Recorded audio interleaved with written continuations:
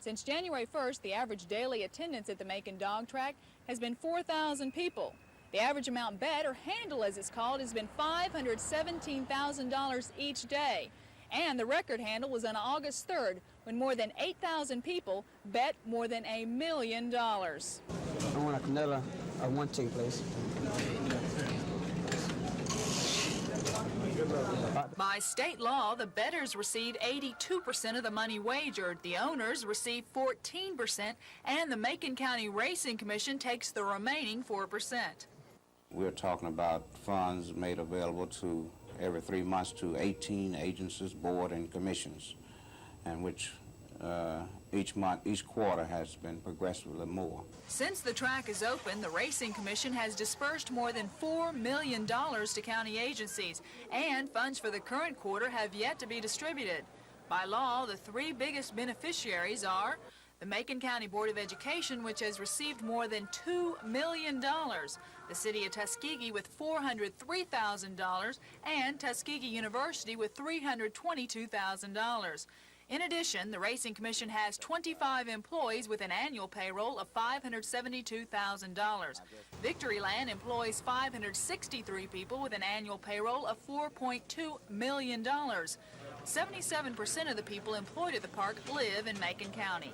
Obviously, we've helped reduce unemployment in this county by hiring those 600 people. We have another 250 people that are employed out here that's connected directly with the kennels. So we, as far as total employment at the track, you're talking about in excess of 850 people.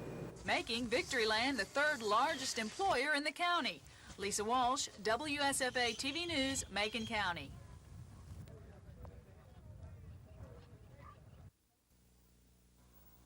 In December 1982, Macon County had to close the schools for a week to save money, then borrow $100,000 to meet the payroll. But now it's 1985, and what a difference a racetrack makes. Without the track, the school superintendent says they'd still be way in debt. We certainly would. We're very thankful and very appreciative that the track is in place. And give me a Quinella 4-2. Each time a gambler lays down a bet, about 2% of that money goes to help teach the children of Macon County. In the past 9 months, Macon County school system employees have split more than $1 million in track money. Teachers have received between $600 and $800 bonuses each quarter, and understandably, applications to the school system have doubled. The other $1 million received from the track has been used to pay off old debts incurred when the system wasn't financially solvent or fully accredited. Building deficiencies have been corrected, in part with track money, and now all the system schools are accredited. In fact, $2 million of the system's $9 million annual budget has already come from track revenue, making the system extremely dependent on Victoryland. And that is a cause of concern for the school superintendent, especially if the track ever closes. If the track were not in place, I'm sure that this community would have to increase their taxes, their ad valorem taxes, to operate the school district. You will find few complaints about the track from anyone associated with the Macon County school system, except for one. Yeah, I think most people expected more from it than we're receiving. $2 million is a lot more than we had, but it's not enough. Lisa Walsh, WSFA TV News, Macon County.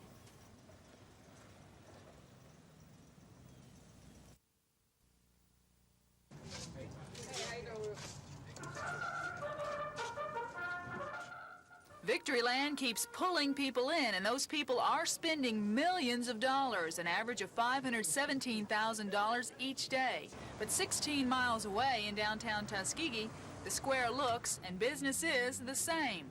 Nobody here is having anywhere near a $517,000 day. Kyle Freeman runs the local gas station and sells used cars. If you're doing credit business, it could very easily hurt you in some respects, because some of your local people go down there and they bet their salary away on a dog track at the dog races, and they lose their money, but then they can't pay you.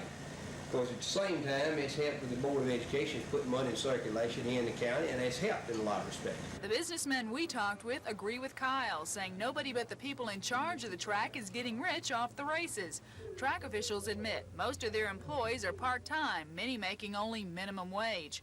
And although unemployment has gone down since the track opened, it's dropped throughout the state at about the same percentage. And Macon County's unemployment is still 11%, 2 points higher than the state average. Ida Mae Milbury has seen many changes in Macon County over the past 76 years, and she says the track's brought only one thing to Macon County: traffic.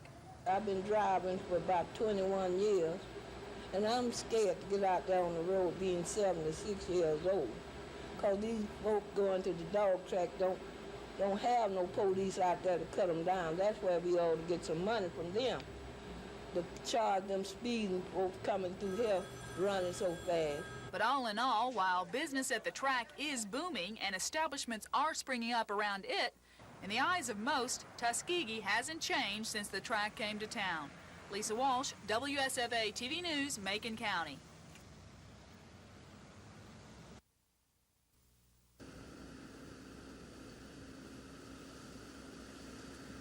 Well-established center that it is already can only move upwardly. We just feel that that's an asset to the center.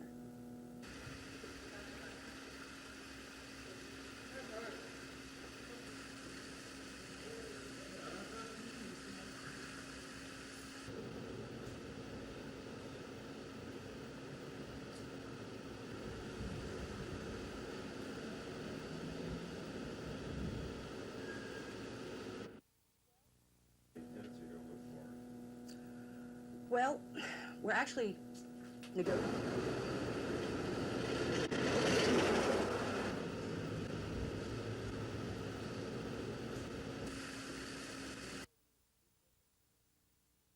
As I said before, we do purchase distress centers overall.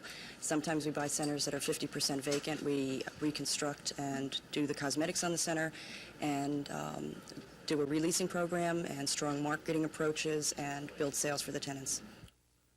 So that we'll have a sheltered mall throughout this area. Start probably within 6 months and then begin.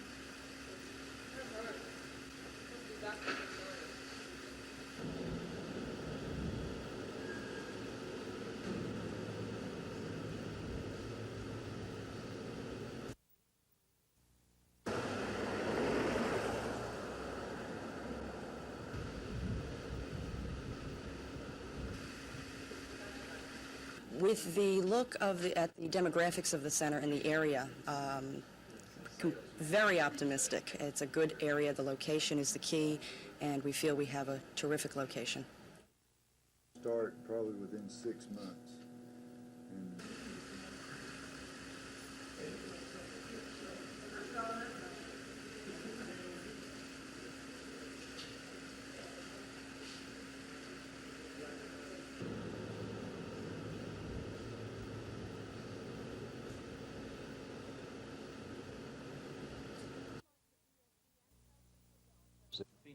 Last March, the PSC and South Central Bell settled a rate case giving Bell more money.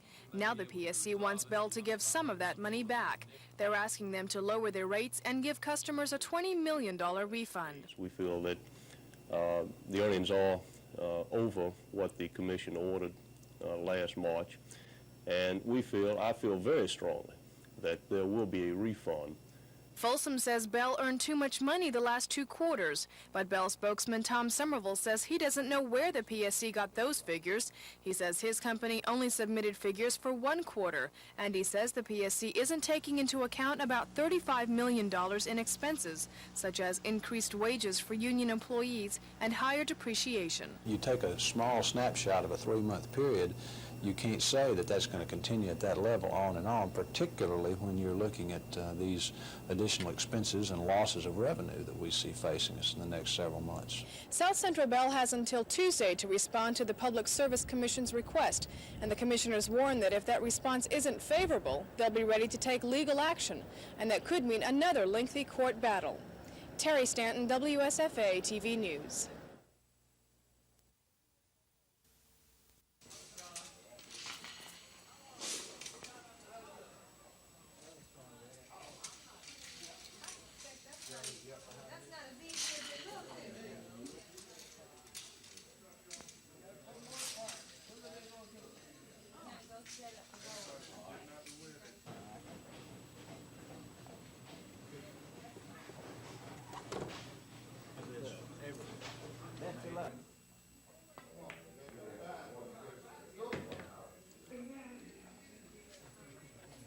I'm expecting to win when I go to the national.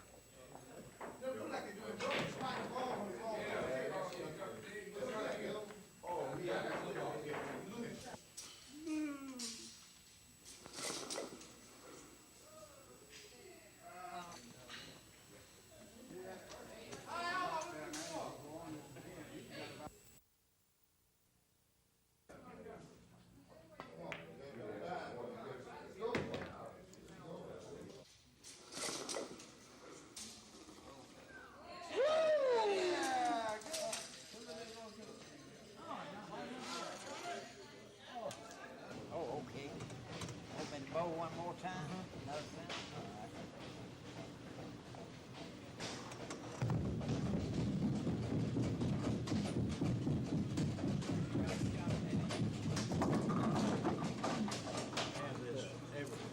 Best of luck.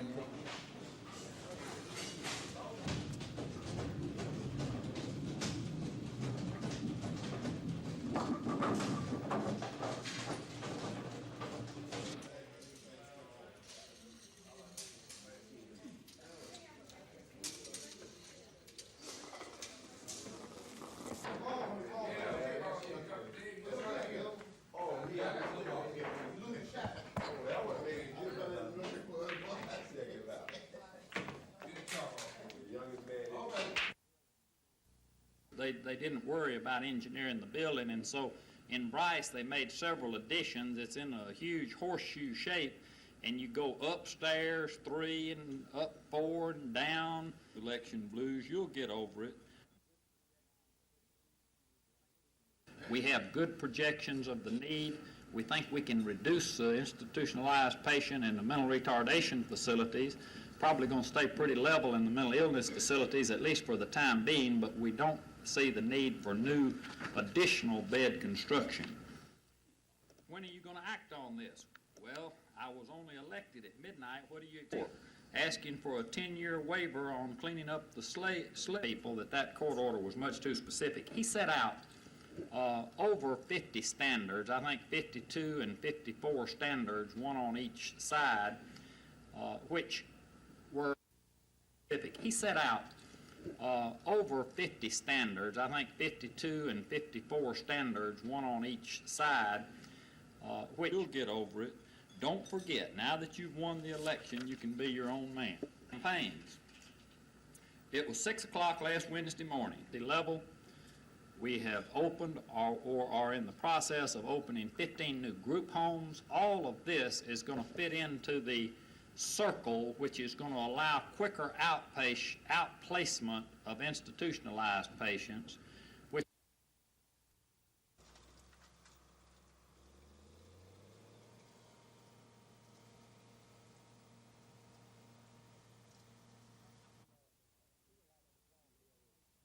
Well, I feel like the Farm Bill is much better for the farmer than we expected. We had tight fights, we had tough fights, but still I think the American farmer deserves better.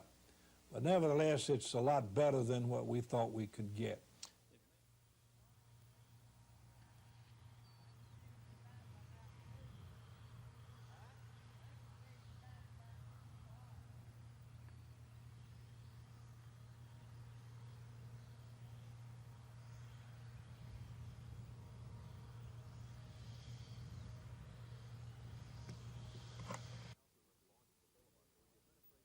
The 19 black House members launched the filibuster when the administration backed off from its promise to include $15 million each for 2 predominantly black universities, which are suing the state for racial financial discrimination.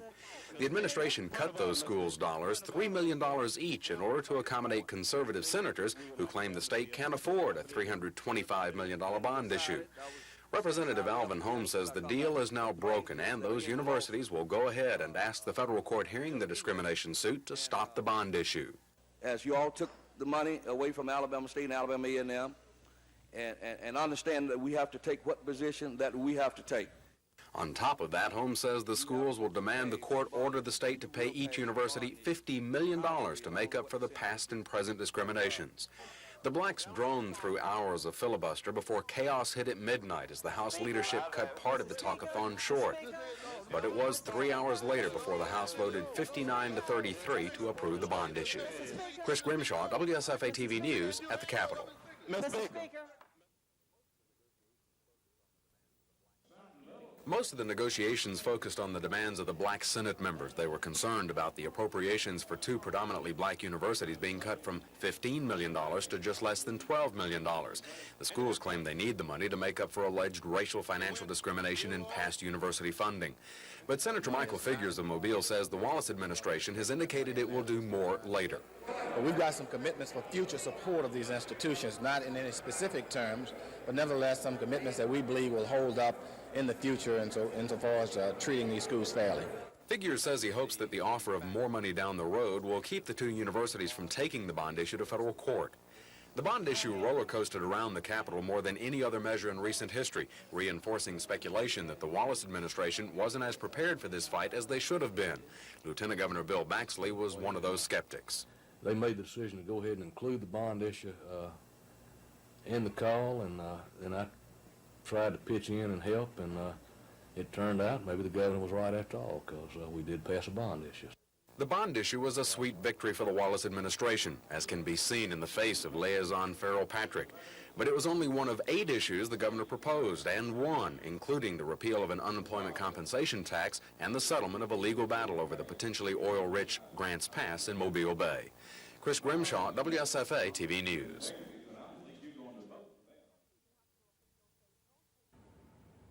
Tuskegee hospital officials say both patients were admitted Monday and remain in private rooms. One, a veteran whose private physician suspected he'd been exposed to the AIDS virus, was transferred to the Tuskegee VA facility to undergo tests. The other patient is an employee who doctors say was also admitted for tests.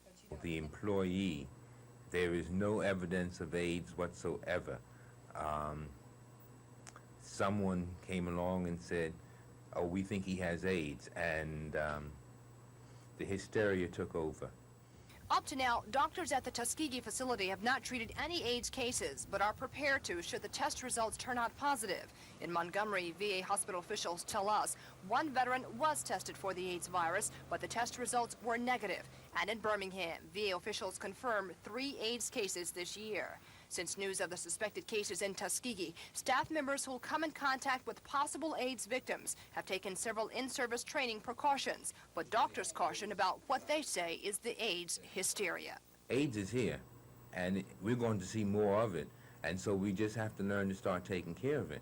Hospital officials must now wait on the test results to determine what medical steps, if any, should be taken. Those results are due next week. Kim Davis, WSFA TV News, Tuskegee.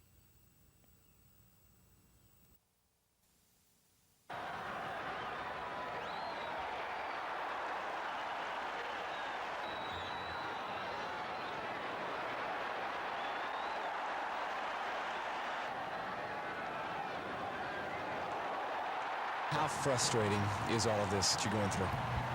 It's been very frustrating. I didn't play last week, and it looks like I'm going to sit out this week. And I don't know about the Vanderbilt game. It's been a long recovery for me. Seems like I never get in and get full speed, which I'm looking forward to. And I wish at times that I could get out there and put on the uniform, but they won't let me do that.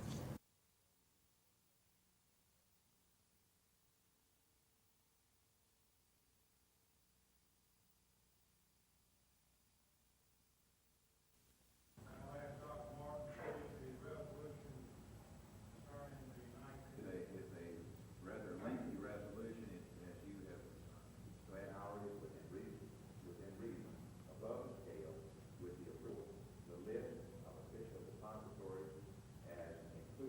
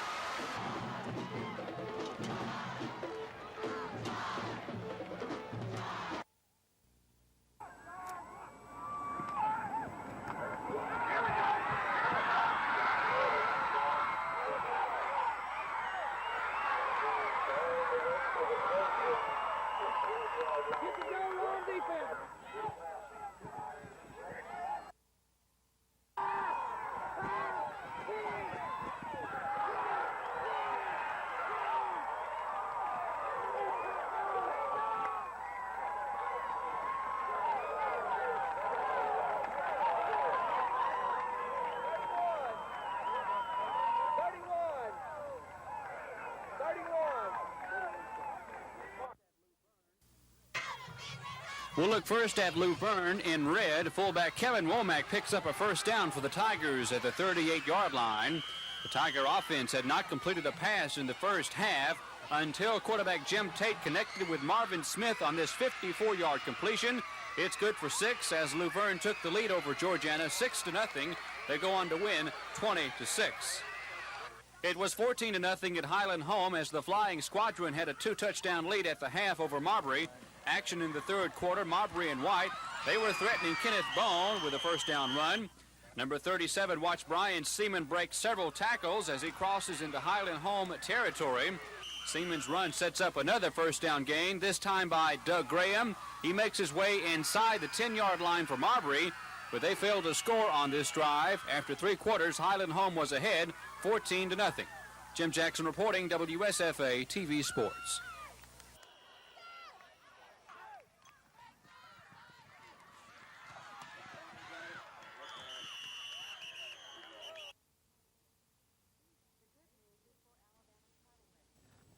The good news is for Alabama cattlemen. It seems after 8 years of a concentrated eradication program, the state finally has a grip on brucellosis, or Bang's disease. State officials say the number of infected herds has dropped below 100 for the first time since the eradication program began. State veterinarian Dr. Lee Alley says progress in fighting the bacterial disease came with a unified effort to identify and eliminate it from the herds. That in 1976, we had the commitment from the cattle owners in Alabama to work with the animal health officials and to do those things that are necessary to get rid of the disease. The not so good news is for horse owners.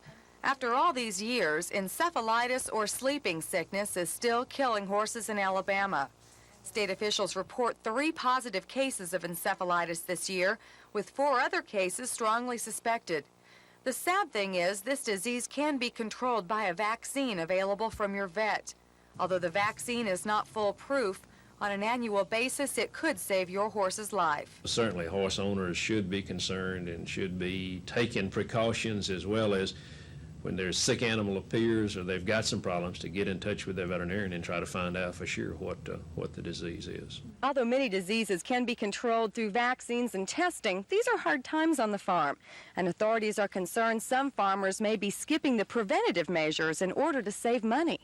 There is that danger that sure, we may save $100 now by not vaccinating, yet should that disease occur, the loss of one animal certainly justified that expenditure to help prevent the disease.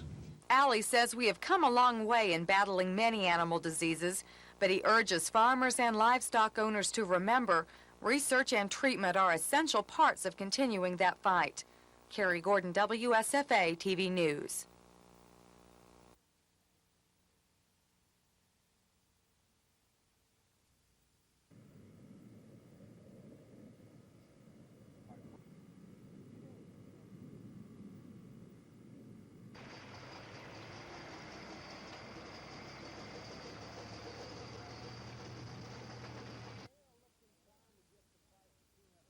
They are trying to get the price of peanuts down where they can make more money. They had it down for a while. They didn't pass it on to the consumer, but they try to make it a consumer issue that the price of peanuts goes down. It means your peanut butter is going to be cheaper. Well, that hadn't proven itself to be true in the past, and they won't commit themselves to that. It'll get absorbed in profits or in promotional or advertising or something else. Cougar Mellencamp had planned to be here with us today, but he's not feeling well. He has the flu, so we want to hope that he gets to feeling better. Well, right now we can't get our ticket money. We have over $1 million in ticket money already, and Cougar Mellencamp had planned to be here with us today, but he's not feeling well. He has the flu, so we want to hope that he gets to feeling better. Well, right now we can't get our ticket money. We have over $1 million in ticket money already, and Mellencamp had planned to be here with us today, but he's not feeling well. He has the flu, so we want to hope that he gets to feeling better. We'd like to, I guess, open it up to questions.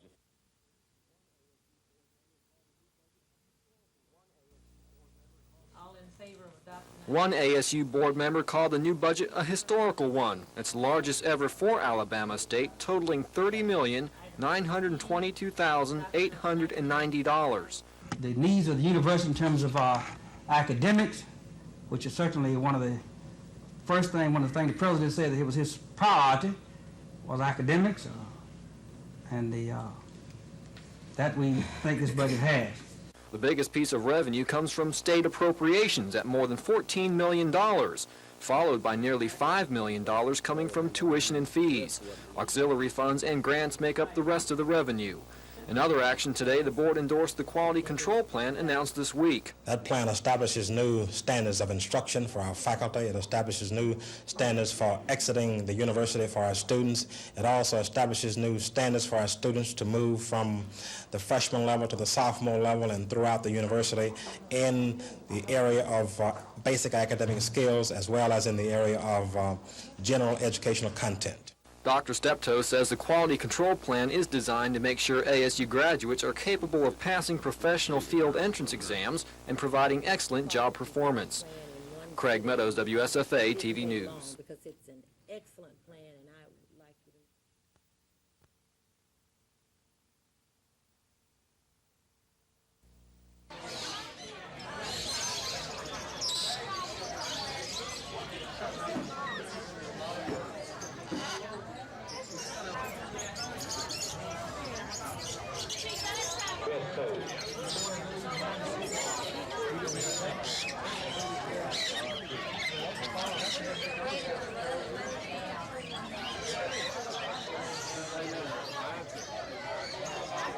We'll be back where we were this morning. We have some chairs over here, but we have plenty of standing. You have to come in. You have to be very quiet. Don't agitate the contestants when we get them in here. And see what they do. And then feel free to laugh anytime you feel like it. Come on in.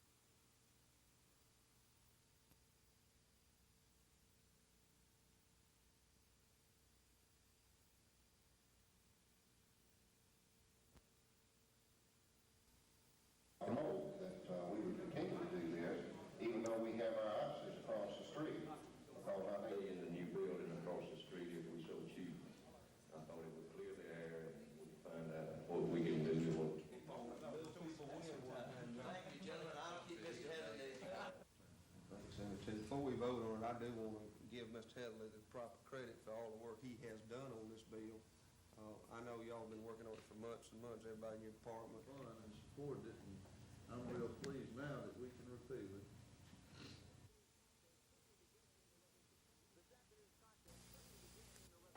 This afternoon's contest certainly began in a rather surprising fashion. On their first possession of the ball game, the Alabama Crimson Tide unveiled a wide-open offensive attack. On the fourth play from scrimmage, Mike Shula went up top 56 yards to Greg Richardson. It was a goal route. It was mainly for me one-on-one, and the guy was playing outside of me, so I cut inside on him, and Mike threw the ball right there, so, you know, it was right there on my fingertips. Yeah, I think we went into the game where we wanted to mix it up well, you know, and throw the ball on early downs and early in the game and put pressure on some of their defensive backs, which we hadn't done earlier in the year. That set up this 1-yard Chester Bragg's touchdown run. 7-0 Alabama. That wide-open offensive display continued on the Tide's next series. Shula, who was 9 of 12 on the day, found Clay Whitehurst here to the Cincinnati 13. From there, freshman Bobby Humphrey scampered in for 13 of his 106 yards rushing. 14-0 Alabama. Well, I just saw the openings. I had plenty of openings, so I just took them. I took what I could get, and, you know, it just came out for me. Cincinnati hung in early. Quarterback Dan McCoy finding Joe Heiss on this 3-yard touchdown pass, narrowing Bama's lead to 14-7. In fact, McCoy and running back Reggie Taylor gave the Tide defense some trouble in the first half today. Defensively, we didn't play up to our capabilities first half. I think everybody was going wide open, but we just weren't on the same phase. You know, everybody was, you know, like a step behind, or we just weren't playing together. Perhaps a key factor, McCoy went down with a leg injury in the second quarter. He did not return. But no matter, the Tide offense was in high gear as it rolled up 534 yards total offense. Shula hitting tight end Thornton Chandler for this 13-yard score. Then Al Bell found pay dirt from 23 yards away on this reverse. 28-10 Bama at the half. The second half was much of the same. Shula to Bobby Humphrey for 18 yards in the score, 35-10 Alabama.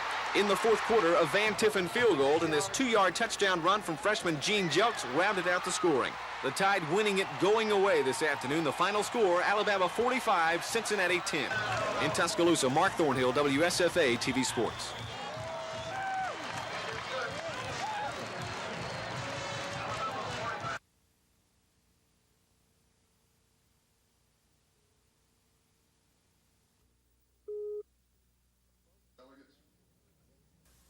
A spokesman for the Medical Association of the state of Alabama says high-risk doctors like obstetricians and neurosurgeons saw a 33% increase in their malpractice insurance rates last year.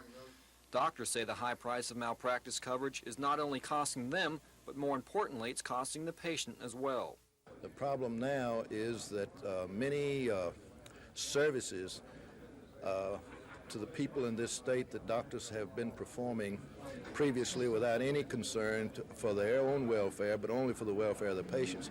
Many of those services are being curtailed, and this bothers us because our primary concern is our patients. MASA officials say a public education program will be launched to inform the public about the ills of malpractice insurance and malpractice legislation. And they say a political action committee will be formed to try and change state laws governing malpractice lawsuits. We have found that the only remedy for the malpractice crisis is through the legislature. Our purpose here today is to get the money together so that we can educate the public and the media and indeed our own members to what actually is going on in the courtrooms in this state, and how it's affecting them and how it's affecting the public. The doctors are looking at legislation reforms that could include setting a limit on the amount of damages awarded for pain and suffering, periodic rather than lump sum payments to winning plaintiffs, and tightening the rules of evidence required to bring a malpractice suit. Craig Meadows, WSFA TV News.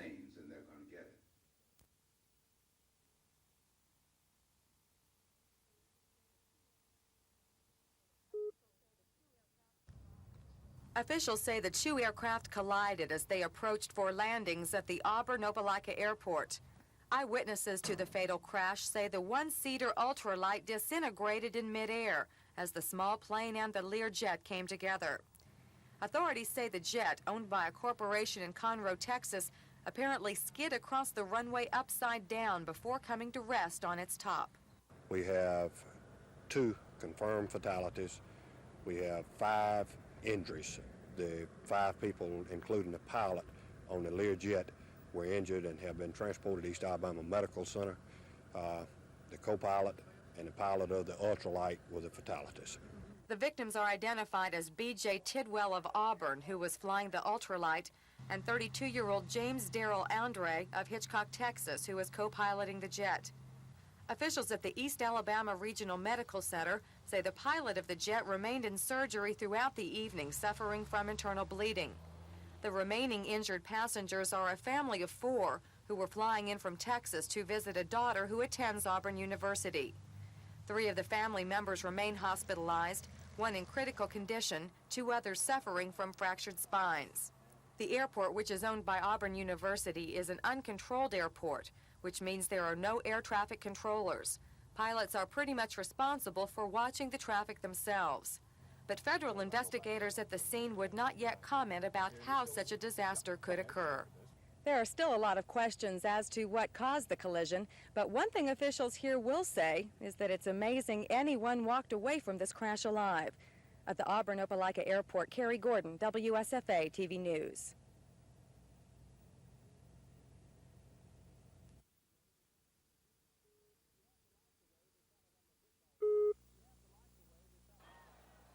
You have to like the way this Alabama football squad has improved from last year's 5-6 unit. Ray Perkins has a team that has shown they can physically beat you, and maybe more importantly, a team that doesn't beat themselves. Quarterback Mike Shula has thrown only 1 interception through 3 victories and is responsible for the only fumble. Through 3 games last year, the Tide had turned the ball over 11 times. Yesterday's 45-10 win over Cincinnati was the second time the Tide defense has not allowed more than 2 touchdowns, that despite the absence of All-American linebacker Cornelius Bennett. With Shula leading the offense, the Tide put the ball in the end zone the first 5 times they touched it. 3 freshman runners gained 228 yards and 2 touchdowns against the Bearcats. For Gene Jelks, his first score in a crimson and white uniform was very special. We learning day by day, and that's the key to it. And Coach have a lot of confidence in us, so we just trying to do what we do best and just relax and go out there and just give it all we got. The Tide plays next against Vanderbilt, a team that last year ended Alabama's 26 consecutive homecoming victories. But it will be a different team that makes the trip to Nashville, looking for their 4th straight win in 1985.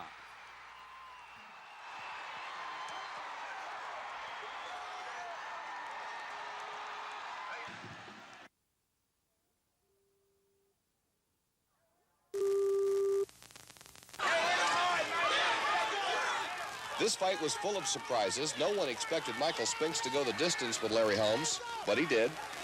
Most everyone figured Holmes to land that famous right hand, take Spinks out early. That didn't happen. In fact, Spinks fought the fight he'd planned. He spent 15 rounds constantly moving, staying away from Holmes. Michael threw a lot of jabs, never allowed Holmes to trap him. The few times Larry did, Spinks escaped. The victory gives Michael a record of 28-0, including 19 knockouts.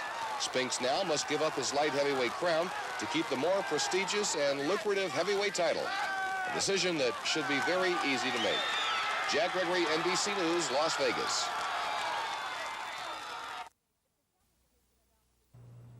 If the county commission adopts the $28 million budget tonight, it'll probably do so with fingers crossed. The commission had to rob Peter's drained reserve of more than $500,000 to pay Paul in order to pass a balanced budget. Now the general fund well is running dry. And it's getting dangerously low, but in the meantime, we're hoping to come up with some other form of financing. The budget includes nearly $2 million in cuts to the county's major departments, the district attorney and probate judge's offices, and the sheriff's and engineering departments. The cuts mean, for example, many county dirt roads won't be paved this year. The commission is not expected to touch the school board's $400,000 appropriation from the half-cent sales tax, but probably won't allocate $80,000 from the beer tax to the schools. Still, the commission, which isn't legally obligated to fund the local school system, is putting educators on notice. In the future, they are going to have to come up with additional sources of funds, not just this half cent. And instead of trying to make us look like the bad guys, they're going to have to take some of the heat and try to get out and raise some funds of their own. And if all goes as planned, no fireworks are expected during the meeting, which gets underway tonight at 7. Kim Davis, WSFA TV News. Mims pleaded not guilty to charges that he forged ABC board records and that he used extortion to force liquor distillers to hire one of his friends. He had no comment on the indictments. His attorney, Barry Hess, did. His plea's not guilty. His reaction is shock. But so far as having discussed the merits with him, I haven't, because we didn't know what the charges were until 3 or 4 minutes ago when I picked up the indictment. And I haven't even read it as of yet. You know, I know what statutes are charged, but what conduct is charged, I don't even know yet. Mims, who's 66 years old, is scheduled to stand trial November 19th before Circuit Court Judge William Gordon. This is Norman Lumpkin, WSFA TV News at the Montgomery County Courthouse.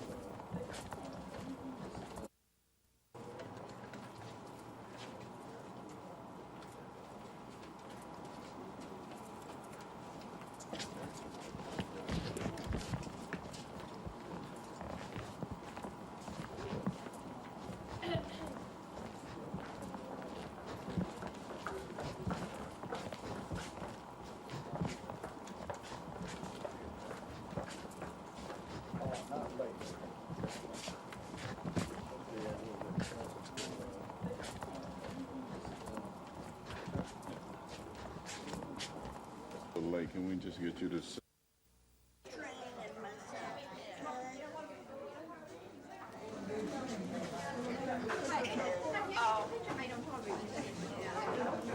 Thank you.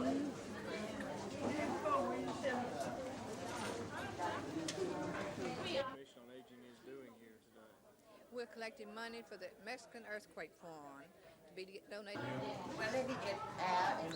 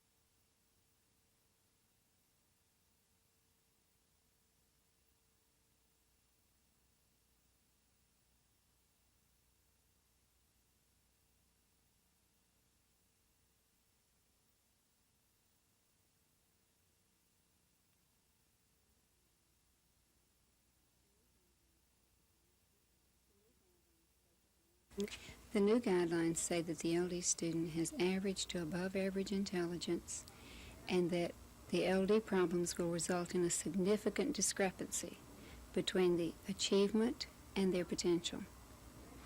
And what about the old guidelines? The formula was more restrictive. It did not leave as much room for professional judgment in there to find the LD child that just doesn't fit the mold.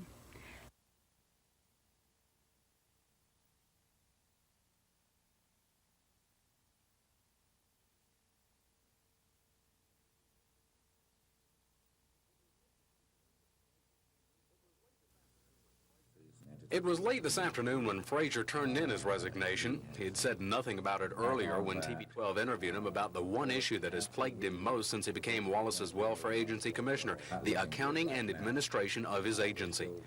Now, Frazier is again saying the agency will not make it to the end of the year. But right now, it does appear that there's a real danger of our not receiving enough funds during the fourth quarter. It was similar talk more than a year ago that led to an administration task force that has looked over his shoulder since. Even now, the task force is trying to see if Frazier's latest projections will hold water, and sources close to the task force say they aren't convinced a problem exists. The task force has often and tactfully disagreed with Frazier, but Frazier says his resignation has nothing to do with the ongoing trouble. Frazier says he's pursuing personal and private options. He won't elaborate except to say they are outside Montgomery. Chris Grimshaw, WSFA TV News. Police scuba divers spent the better part of today in Pintlala Creek near Old Selma Road.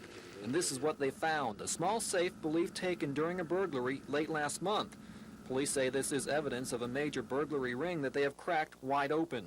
Does clear just about every one of our major safe burglaries that have occurred in this area in about the last 9 months. At once they would remove the safe from the building and its contents emptied or whatever they wanted was removed, they would dispose of the evidence by throwing over the bridge. Major Wilson says 2 suspects have been charged with burglary of a total of 6 Montgomery businesses. They are 48-year-old Ralph Mims of Montgomery and 36-year-old Ken Sanders of Wetumpka. Wilson says charges are pending against 3 other suspects and that in some of the burglaries there are indications of inside help. Some of the other suspects that we anticipate filing charges against were either ex-employees or employees of some of the establishments involved. Major Wilson says Mims is being questioned in connection with January's armed robbery at the Eastdale Mall branch of the First Alabama Bank. And he says the burglary ring may be responsible for other burglaries outside of Montgomery. Craig Meadows, WSFA TV News.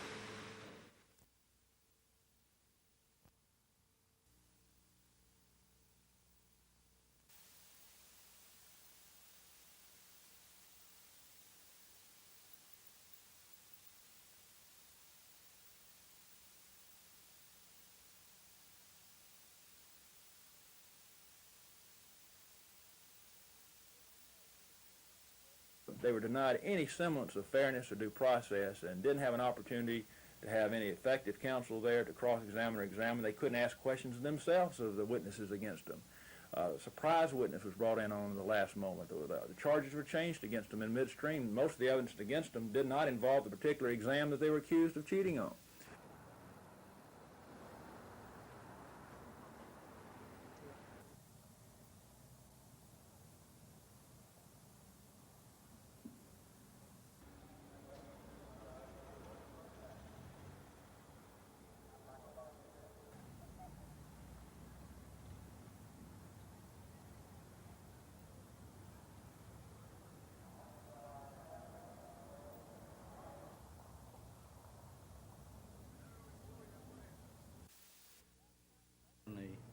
Because county revenues for the 1984-85 fiscal year were $580,000 less than had been projected, county commissioners decided to make cutbacks in this year's budget.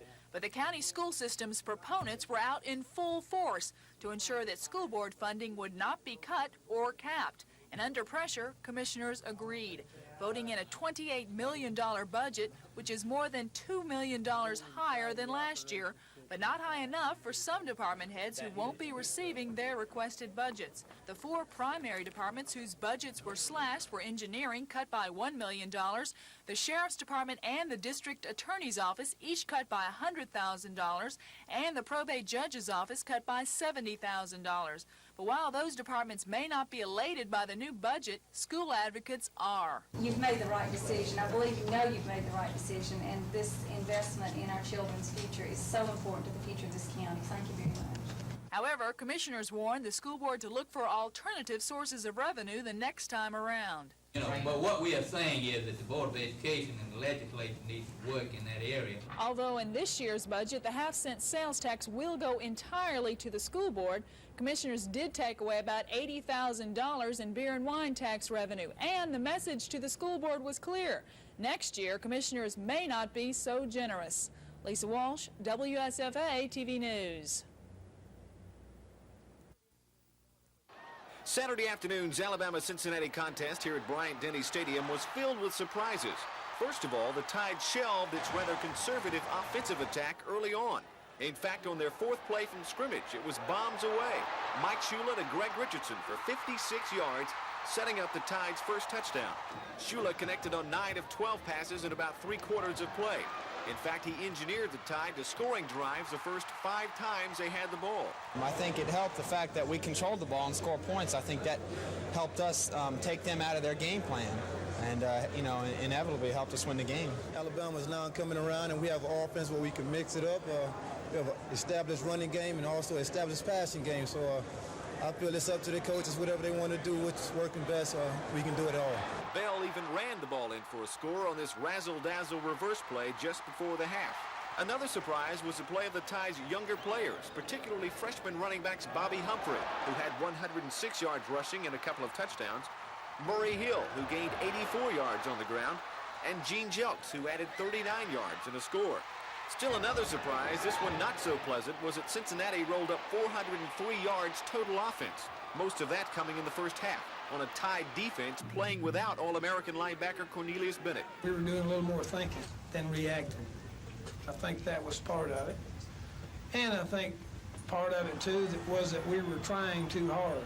I think we were trying to hit what had the football maybe a little bit harder rather than just going and making the play and making the tackle. Does this sort of a game hurt the defensive confidence maybe for next week at all, or does it hurt your confidence defensively? It does not hurt our confidence. We won the game, and we held them to under 14 points. So we still think we can play defense. Alabama needed this Cincinnati ball game today. They needed the chance to play a lot of people. They needed the chance to experiment some on offense and on defense. And most of all, of course, they needed their 3rd win of the season. They got all of the above. The final score was not a surprise. Alabama winning it 45-10. In Tuscaloosa, Mark Thornhill, WSFA TV Sports.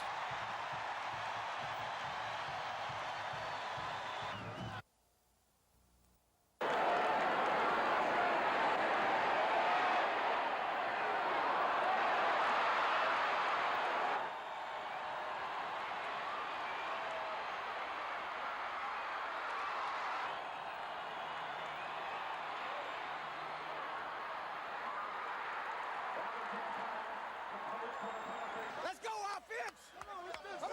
Come on, y'all know that. Come on.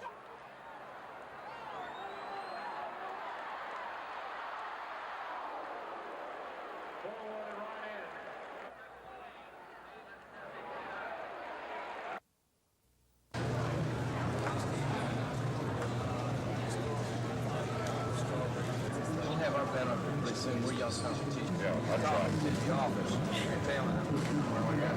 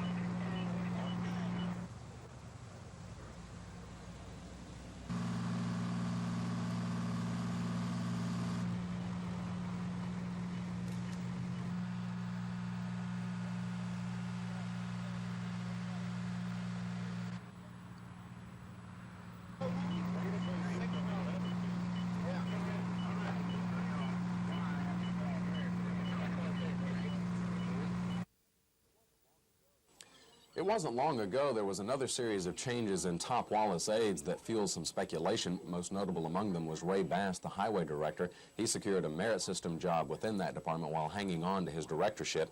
That one fueled some speculation that there wouldn't be a Wallace run in 1986. The only problem, the election was almost 2 years away. Far too early for anyone, much less Wallace himself, to know what would be in store for 1986. Now, several more cabinet-level positions are changing. Leon Frazier has resigned as the Commissioner of Pensions and Security. Legal advisor Ken Wallace is planning to resign to run for Attorney General, and Joe Broadwater has turned in his resignation as the head of the Environmental Management Agency. Now, true, the elections are much closer, but this series of changes can't be easily connected to a Wallace future. For one, Frazier has had a rocky term as the Administrator of Pensions and Security, and there are bad vibrations between the administration and Frazier. Frazier can feel those vibrations, so a change to private business has more to do with ease of mind than any political future. Broadwater, meanwhile, is not directly a political appointment of the Wallace administration. He's a former 5 James product, and Wallace or no Wallace in 1986 would have no direct impact if he wanted to keep the environmental job. Ken Wallace, on the other hand, is a big Wallace fan, but it has been very appealing to him, the idea of running for Attorney General. The 2 key Wallace aides to keep an eye on are Elvin Stanton and Billy Joe Camp. Both have made a career out of Wallace administrations. As a matter of fact, Camp has put his own political career on hold to be back in the Wallace fold. Now, if there is no Wallace for a governor's run in 1986, these 2 men will be the first to know, and a move by either one of them will be worth more than 100 other aides moving around. Chris Grimshaw, WSFA TV News.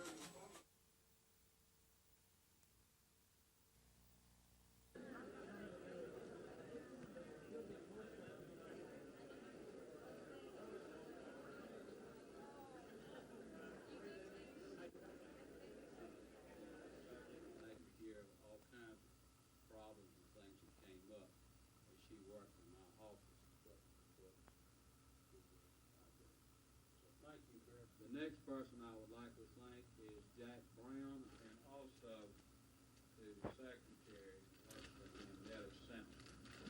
Harmony. Nationwide, the federal AIDS registry is approximately 13,000 confirmed cases.